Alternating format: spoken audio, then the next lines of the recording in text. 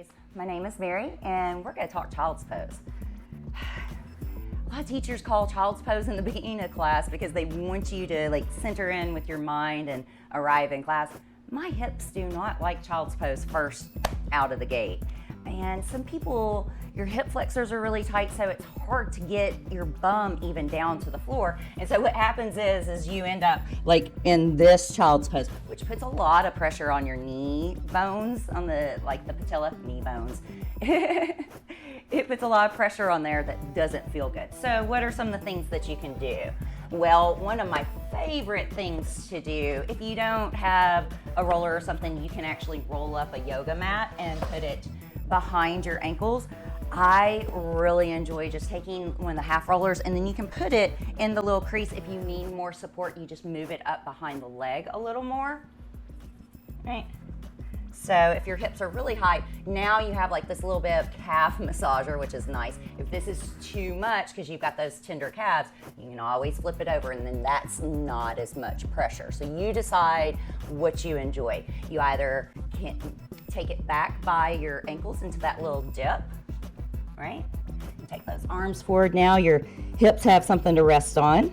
If you want a little calf massage, we bring it up and the roller head is turned down. We used to call this calf smashers. Yeah, get your attention, right?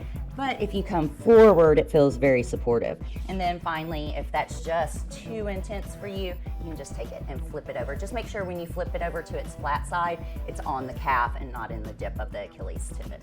You'll also notice that I brought it forward and I utilized it as a roller. And this just helps me lengthen out a little bit in my child's pose. Helps me open up my shoulders. But then if that's not comfortable, you can always take some support underneath your chest, which I really enjoy, right? And that allows the inner hips to relax a little more. And then if you are just, want to go deep into it, then you can take blocks, stack them up higher so that you can get an even deeper stretch, which I really enjoy. All right. So last but not least on that aspect, you can take a bolster if you just are doing a really, really restorative class, and you can come around, actually turn it this way, right? So now you've got this wonderful restorative child's pose, right?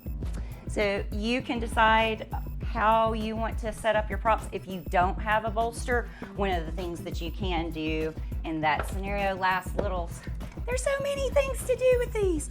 All right, and so one of the other little setups is so that I've got this a little bit lower and then I'm here, right? And so these are not, be sure to turn your head both ways when you do this.